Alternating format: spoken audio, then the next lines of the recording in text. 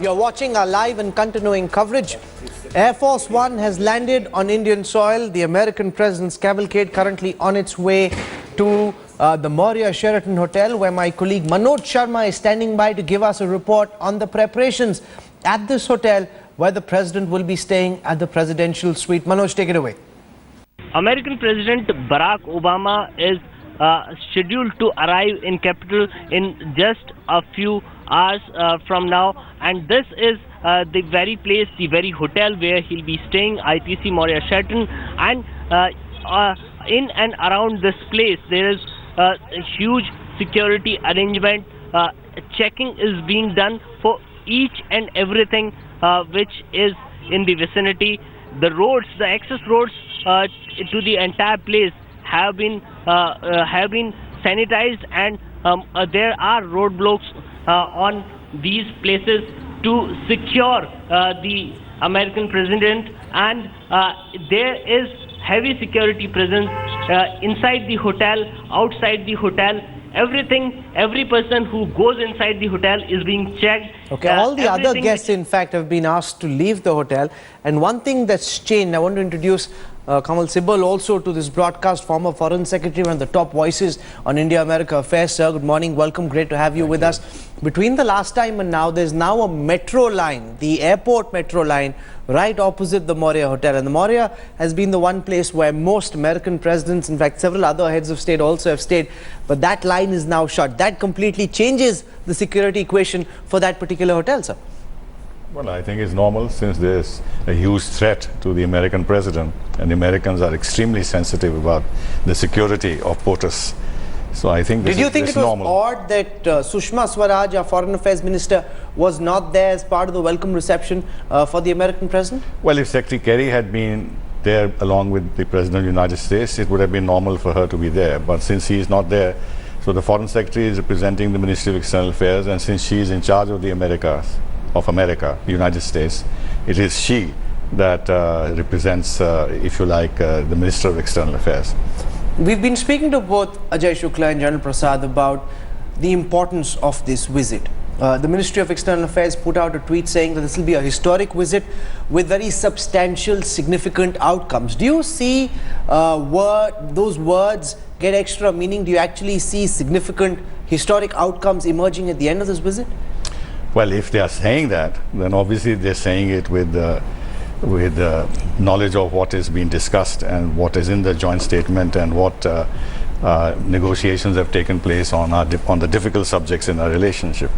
So I won't dismiss it out of hand if they use such vocabulary. So I hope the ultimate outcome lives up to this vocabulary, okay, because at face value it doesn't seem that there can be such a dramatic outcomes from this. You're saying that it's unlikely that there will be dramatic outcomes, but the Ministry of External Affairs is indeed promising that there will be historic outcomes. What do they have in mind? I want to go across to Smita Sharma, who covers the Ministry of External Affairs for us. Smita, the MEA tweeting saying that this will be a historic visit with substantial outcomes. What is it that they have in mind? Kamal Sibal, the former Foreign Secretary, saying that it seems at this time rather difficult that there be any big ticket announcements during this visit.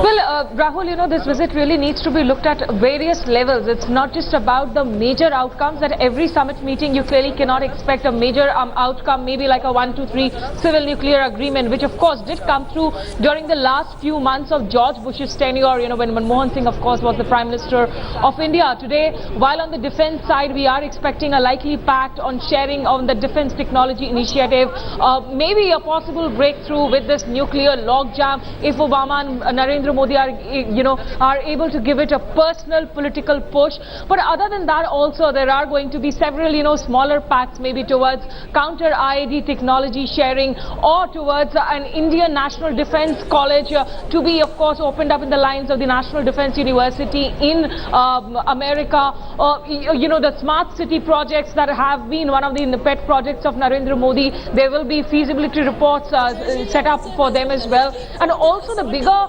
issue really, if you remember in 2013, Indo-American relations witnessed new lows following that arrest of the Indian diplomat Devyani Khobragade. In fact, India hit back with severe measures against America. So when Narendra Modi went to Washington DC, a lot of time leaders really manufacture good chemistry as well, because good chemistry can act as a catalyst. And this is not just a relationship about Modi and Obama. This is a relationship where two countries need each other going forward all the way from here. So they're expecting this relationship now, in a way, the reset button really, where they are taking it to the next level of the deliverables of more business pacts, whether it be between the private houses or the government companies.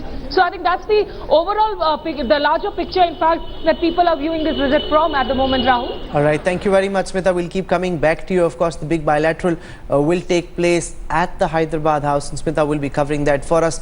When it comes to intelligence sharing, Mr. Sibal, do you see the possibility of a significant breakthrough there? There's already a lot of intelligence sharing taking place between India and the United States. How do you see that change and move to the next level now? No, I don't know what a breakthrough means.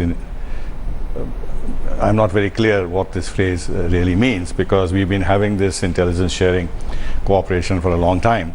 And after the United States declared Lashkar-e-Toiba and these organizations also as international terrorist organizations with an international footprint.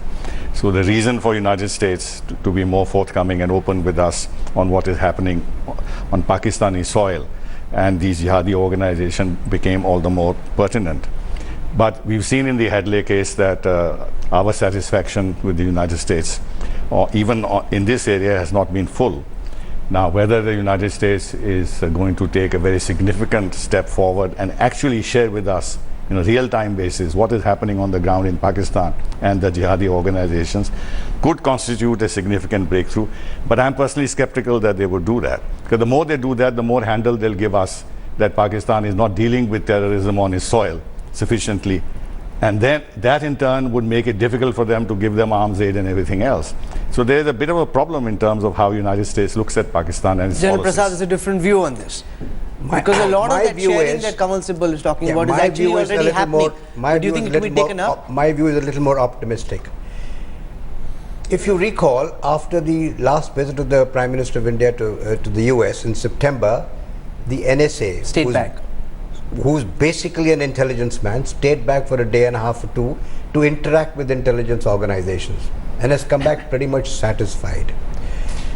Now let us understand what intelligence really means. It's a word which we use very loosely. Intelligence has many gradations to it. First, it's actually the collection of information. If you get raw information collected and given to you, it doesn't make much sense. Once you've collected information, you've got to collate it. You've then got to interpret it. Then you got to analyze it, and then you got to disseminate it to the user in a time frame which is usable. Now, when we say that the American and the Indian governments are going to have closer intelligence relationship, I understand that not only is going to be just providing raw information of a transcript or of a communication that may have taken place, but it also involves collation, interpretation, and analysis of it. Now that is where the crux of the intelligence issues are. And that's where America is light years ahead of India when it comes to understanding what's happening online. But the point is that the kind of equipments, that the kind of technology which the Americans have developed, particularly in the field of intelligence, is something that can really give us good actionable intelligence to avert a bad incident, to avert a terrorist incident. My sense, Ajay Shukla, is that not just does India want this intelligence real time, we'd also like the systems that lead to being able to monitor the online chatter, which the Indian and to ensure that the encryption can be broken through, which the Indian intelligence agencies struggle to do right now. Well, a lot of that we will never know the extent to which it is actually taking place, because this is done in the highest levels of secrecy.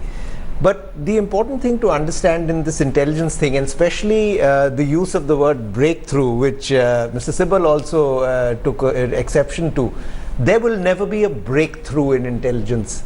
In intelligence, everything is treated as a separate case. For example, the Headley case, which India rightly says, we were not given access to the levels of insight that we wanted. The United States in every single intelligence case will evaluate that case, and the same is done by us incidentally. The pros and cons of sharing that, the issues of compromising sources, the issues of compromising ongoing operations, all of that will be taken into account, and then the decision to share or not share will be made. There will be no agreement or sort of signed treaty that will bind one side to automatically share everything with the other. So in intelligence, it's very much a case-by-case evaluation. But the United States has similar treaties. The Five Eyes Treaty, the Nine Eyes Treaty, the 14 Eyes Treaty. The 11 Eyes. All of those bind the United States agencies only up to a point.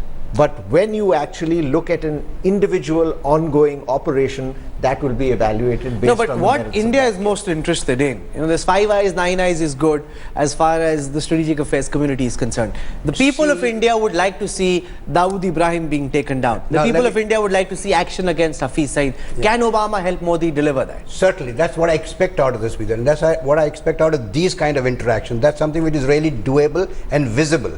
Visible not in public domain. It'll be completely secure and nobody will come to know what's going on. But the important thing is this: you spoke about Dawood Ibrahim, you spoke about Hafiz Saeed. If we are to launch an operation like what the Americans did against Osama bin Laden to get Dawood Ibrahim, nobody going to come out from outside going to do it for us. But what we really need is good intelligence. We have the wherewithal, we have the manpower to do it. We need certain amount of equipment, certain amount of training, certain amount of desire to do such operations. But the basic issue is about intelligence, actionable intelligence. Now that is where we can get the Americans to give us better intelligence to be able to convert it into action, which is something which is going to be great. Because so far we've seen, some sources have told us that there was intelligence given about possible attacks at Indian consulates in Afghanistan, which helped us ward off those attacks, which is significant by itself. But what we'd like to see is actionable intelligence about Lashkar operations on Pakistani soil, which, as Kamal Sibal says, would be uncomfortable for America to share with India because it really jeopardizes the military aid that is given to Pakistan, or raises questions about why you're giving it in the first place. Rahul, what you said about the attacks on the Indian consulates in Afghanistan being warded off, that is what is the definition of actionable intelligence. We were able to act to prevent a successful operation from going through. This where we sometimes mix up the political with the intelligence. Dawood Ibrahim and Hafiz Saeed. Hafiz Saeed moves around in the open. You don't need any intelligence on where Hafiz Saeed is. You need political pressure on Pakistan to take action and to clamp down on the activities of Hafiz Saeed.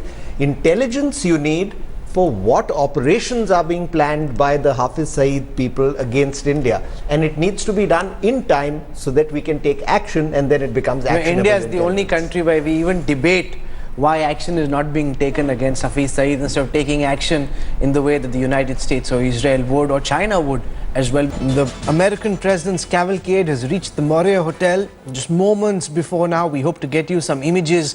The first thing that the American president will be doing is to go to Rajghat, where it's not known just yet, but Ajay Shukla, do you think that the Indian Prime Minister will accompany the American President in the way that Obama came along to the memorial of Martin Luther King in Washington?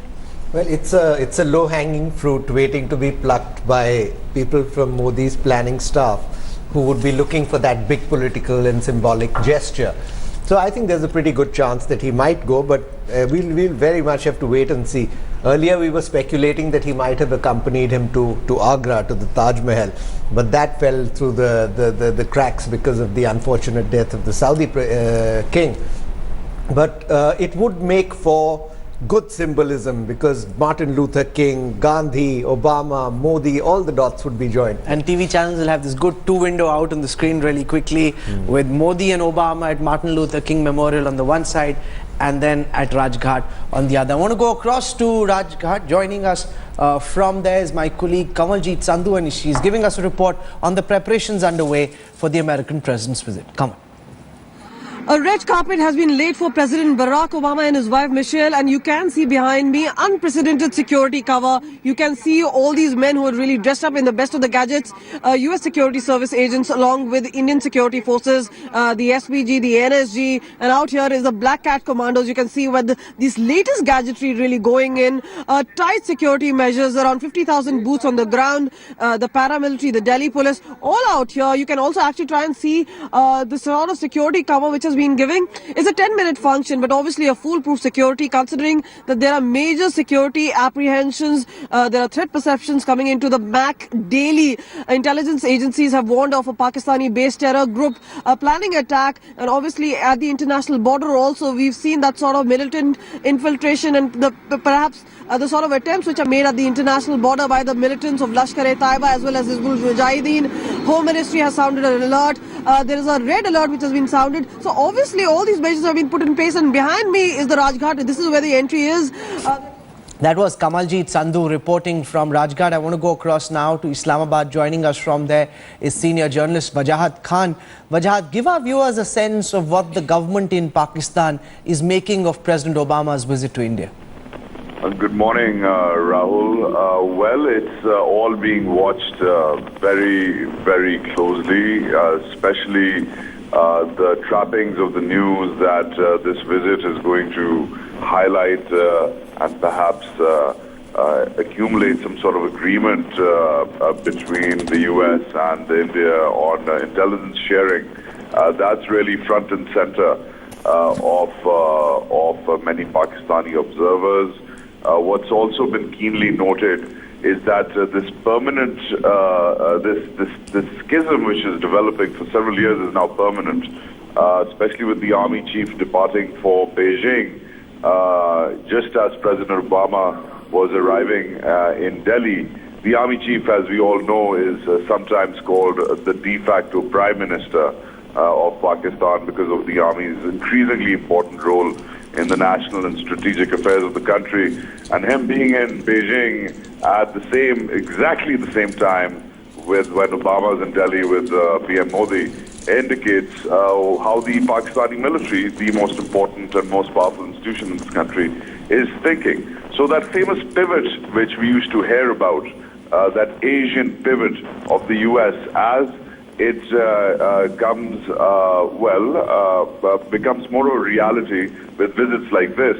The Pakistanis and perhaps their counterparts in Beijing are responding in kind.